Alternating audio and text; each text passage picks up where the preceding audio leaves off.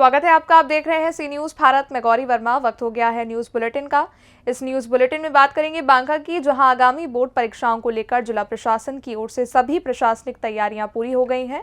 आगे बात करेंगे कानपुर की, जहां बाबा साहेब की मूर्ति को अराजक तत्वों ने किया खंडित। साथ ही बात करेंगे ललितपुर की भी, जहां जिला सत्र न्यायालय के मुख्य गेट पर जिला बार एसोसिएशन की कलम बंद हड़ताल हुई शुरू। तमाम खबरों पर करेंगे विस्तार से चर्चा।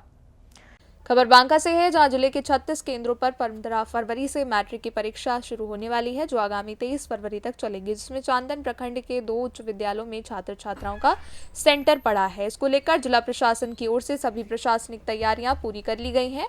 परीक्षा को शांतिपूर्ण और कदाचारत मुक्त माहौल में संपन्न कराने के लिए जिला से विभागीय सभी को निर्देश दिया गया है। इंटर स्तरीय प्रोजेक्ट कन्या उच्च विद्यालय चांदन के प्रधानाध्यापिका सुमन सिंह ने बताया कि परीक्षार्थियों को परीक्षा प्रारंभ होने से 30 मिनट पहले ही परीक्षा केंद्र में प्रवेश करने की अनुमति दी जाएगी। विलंब से आने वाले परीक्षार्थियों को परीक्षा भवन में प्रवेश की अनुमति नहीं दी जाएगी। परीक्षा केंद्र के मुख्य द्वार पर ही सभी परीक्षार्थियों की तलाशी लेने के बाद उनके प्रवेश पत्र देखकर ही अंदर प्रवेश कराना है। परीक्षा कक्ष के प्रत्येक बेंच पर अधिकतम 2 परीक्षार्थी ही बैठेंगे। आगे उन्होंने क्या कुछ बताया, सुनिए। हमारे यहाँ आदर्श केंद्र है, मतलब जो आदर्श केंद्र होता है उसमें आपको सभी प्रकार की अच्छी व्यवस्था होती है, जैसे कि सजावट होता है, बैलून का सजावट होगा, फिर कारपेट लगाया जाएगा, ग्रीन रूम तो है ही, और किसी भी प्रकार का कोई गंदगी ना हो ये सब देखा जाता है। हर एक रूम में घड़ी की व्यवस्था होगी, शुद्ध पेयजल बच्चों को मिलेगा। और हम लोग एक स्पेशल रखे हैं, वैलेंटाइन डे तो आज है, लेकिन हम लोग कल भी कुछ बच्चों को गुलाब फूल से उनका स्वागत करेंगे एग्जामिनेशन हॉल में। और जो एग्जामिनेशन का सेंटर जिन जिन स्कूल्स का पड़ा है वो 5 स्कूल्स का सेंटर। बांका से सी न्यूज संवाददाता राकेश की रिपोर्ट। कानपुर के चक्करपुर में KS इंटर कॉलेज में बाबा साहेब की मूर्ति को कुछ अराजक तत्वों ने खंडित कर दिया। मौके पर भीम आर्मी के कार्यकर्ताओं ने जमकर हंगामा किया। मामले की सूचना मिलते ही मौके पर सचेंडी पुलिस भी पहुंची और जांच पड़ताल में जुट गई।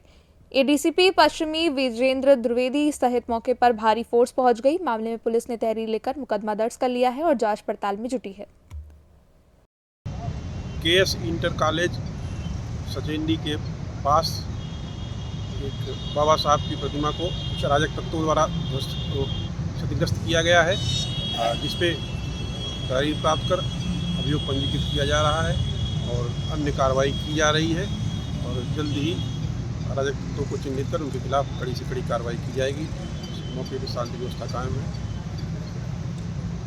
कानपुर से सी न्यूज संवाददाता भरत की रिपोर्ट।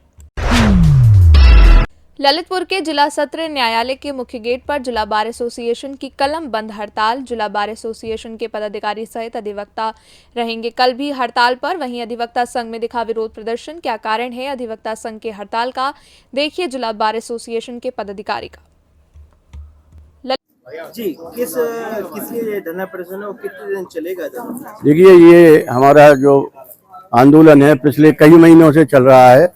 हमारे जो प्रशासनिक अधिकारी हैं, खासतौर से राजस्व वाले, वो कई महीनों से हमारे अधिवक्ताओं के प्रति जो है निराशाजनक रूप अपनाए हुए हैं। उनकी मांगों को पूरा नहीं करते हैं, उनके साथ सहयोग नहीं कर रहे हैं। कई महीनों से हम लोग चला रहे थे। उनके समर्थन में जिला बार एसोसिएशन ने भी अपना आंदोलन चलाया था, लेकिन फिर भी हम लोगों की मांगें पूरी नहीं की गई हैं। इस कारण मजबूर होकर हम जिला बार के सारे सदस्यों ने, पदाधिकारियों ने ये निर्णय लिया है कि आज 14 और 15 तारीख को ये हम लोग आंदोलन करेंगे, और ये जब तक करेंगे जब तक हम लोगों की मांगें पूरी नहीं हो जाती। जहाँ पर आपका अभी आंदोलन पे दीवानी में भी चल रहा था, और वहीं पर मेहरबानी वाले मामले को लेकर जहाँ तक वहीं पर मांगे पूरी नहीं हो रही है, तो किस दृष्टिकोण से देख रहे हैं? देखिए, ये ऐसा लगता है कि हमारे ललितपुर से सी न्यूज संवाददाता विकास सोनी की रिपोर्ट। खबर ललितपुर से है, जहां गौचर भूमि पर हो रहा कब्जा। टिकरा तिवारी ग्राम का मामला, ग्राम प्रधान और संबंधित अधिकारियों पर लगे आरोप। गौपुत्र सेना ने दिया ज्ञापन, जिलाधिकारी से मांग की गौचर भूमि को कब्जा मुक्त कराने की। क्या है उनका कहना, देखिए हमारे संवाददाता विकास सोनी के साथ। ललितपुर से सी न्यूज संवाददाता विकास सोनी की रिपोर्ट।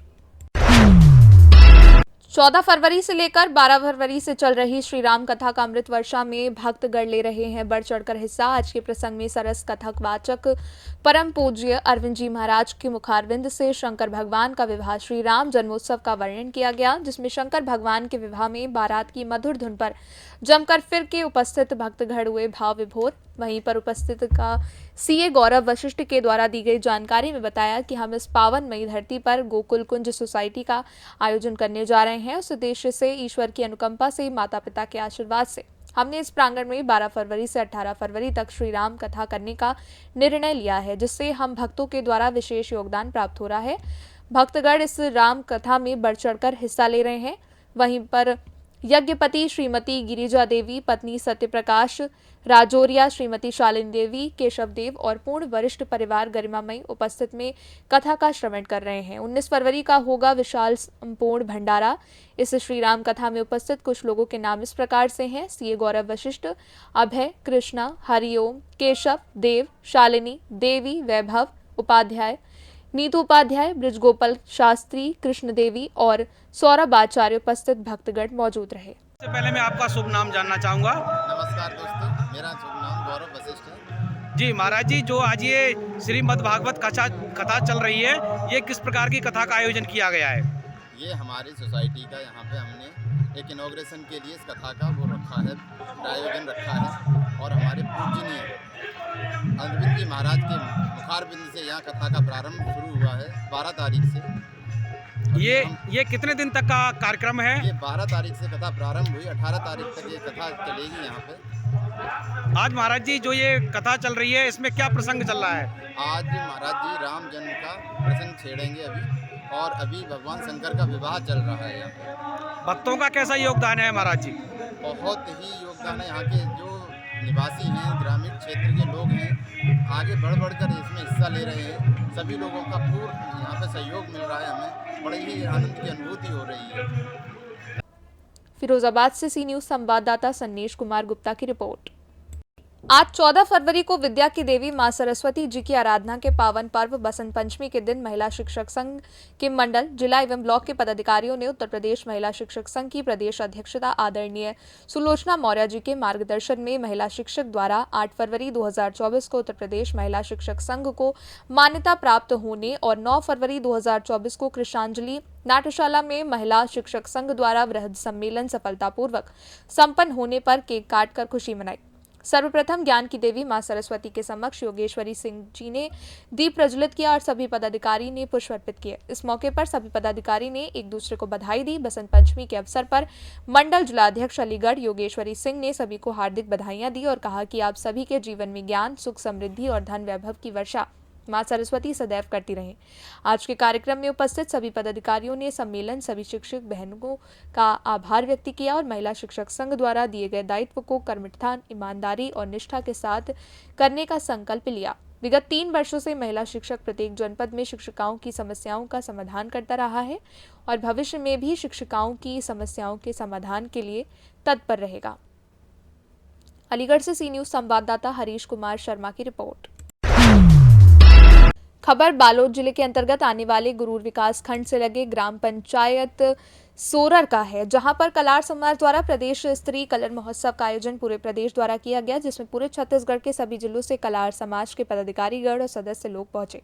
भारी भीड़ में इस कार्यक्रम का आयोजन किया गया क्योंकि ये एक ऐसा गाँव है जहाँ पर मां बहादुर कलारीन का मचोली स्थापित है, जिसे बताया जाता है कि वो कई वर्षों से वहां पर स्थापित है, जिसकी याद में आज कार्यक्रम कलार समाज द्वारा रखा गया। मुख्य अतिथि के रूप में विराजमान रहे छत्तीसगढ़ के उप मुख्यमंत्री अरुण साव, विशिष्ट अतिथि के रूप में विराजमान रहे स्वास्थ्य मंत्री श्याम जायसवाल, साथ में विराजमान रहे महासमुंद के विधायक और क्षेत्र के लोकप्रिय विधायक श्रीमती संगीता सिंह उपस्थित रहीं। प्रदेश और सभी जिले के कलार समाज के अध्यक्ष, उपाध्यक्ष और सदस्यगण मौजूद होकर इस कार्यक्रम को सफल बनाने में अपना योगदान प्रदान किया। प्रदेश स्तरीय इस कार्यक्रम में भारी संख्या में लोगों की भीड़ देखने को मिली। बालोद से सी न्यूज संवाददाता रमेश कुमार चेलक की रिपोर्ट।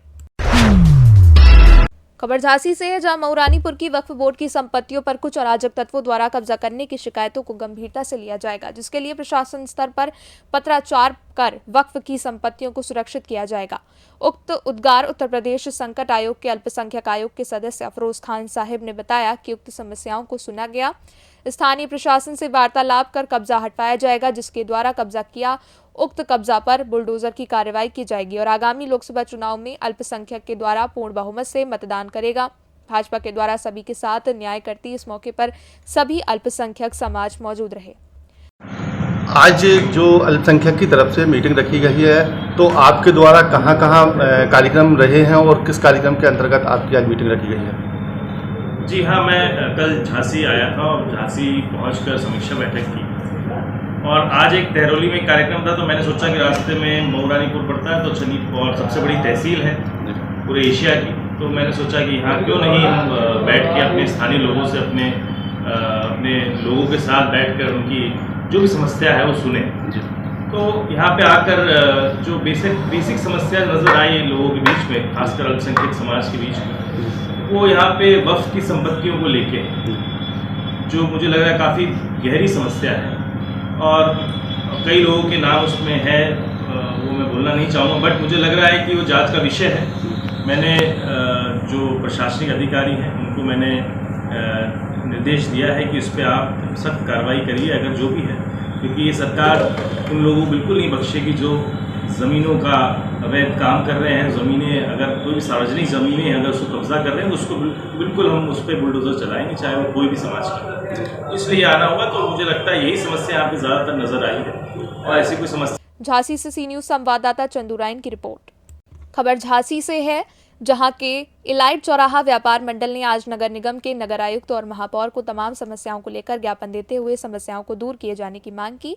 व्यापार मंडल के प्रतिनिधि ने दिए ज्ञापन में अवगत कराया कि विभिन्न माध्यमों से जानकारी मिली है कि तिलक मार्केट में पुरानी दुकानों का ध्वस्तीकरण और नई बिल्डिंग और मार्केट बनाना प्रस्तावित है। सभी दुकानदारों की बैठक के बाद सर्वसम्मति से निर्णय लिया है कि दुकानों का ध्वस्तीकरण तभी किया जाए जब पहले नई दुकान व्यापारियों को दी जाए। हम लोग दुकान के बेदखल और स्थानांतरण के लिए तैयार नहीं हैं। दुकान में नामांतरण के लिए 10,000 रुपये स्क्वायर फीट सर्किल रेट से फीस रख दी गई है, जिसका हम सभी व्यापारी पुरजोर विरोध करते हैं, इसलिए उसे कम किया जाए। इसी प्रकार दुकानों के किराए में भी बेतहाशा वृद्धि रोकी जाए। मार्केट में सभी व्यापारियों को दुकान के ऊपर भी दुकान दी जाए, जिससे राजस्व में वृद्धि हो। लेकर आप नगर निगम आए आज? सर्किल हम लोगों का नगर पालिका उत्पीड़न कर रही है। नगर निगम अपना किराया सर्किल रेट से मांग रही है, 10,000 रुपये स्क्वायर फुट। सर्किल रेट तो बेनामे में होता है, ना कि किराएदारी में होता है, और दुकानें तोड़ने का भी प्रावधान उनका निश्चित है। तो पहले दुकानें बनाएं, फिर तोड़ें, हम लोगों को शिफ्ट कर दिया जाए, और किराया जो 5 साल में 25% बढ़ता था, यथास्थिति रह जाए उसकी। ये हम चाहते हैं, ये हमारी मांगे हैं।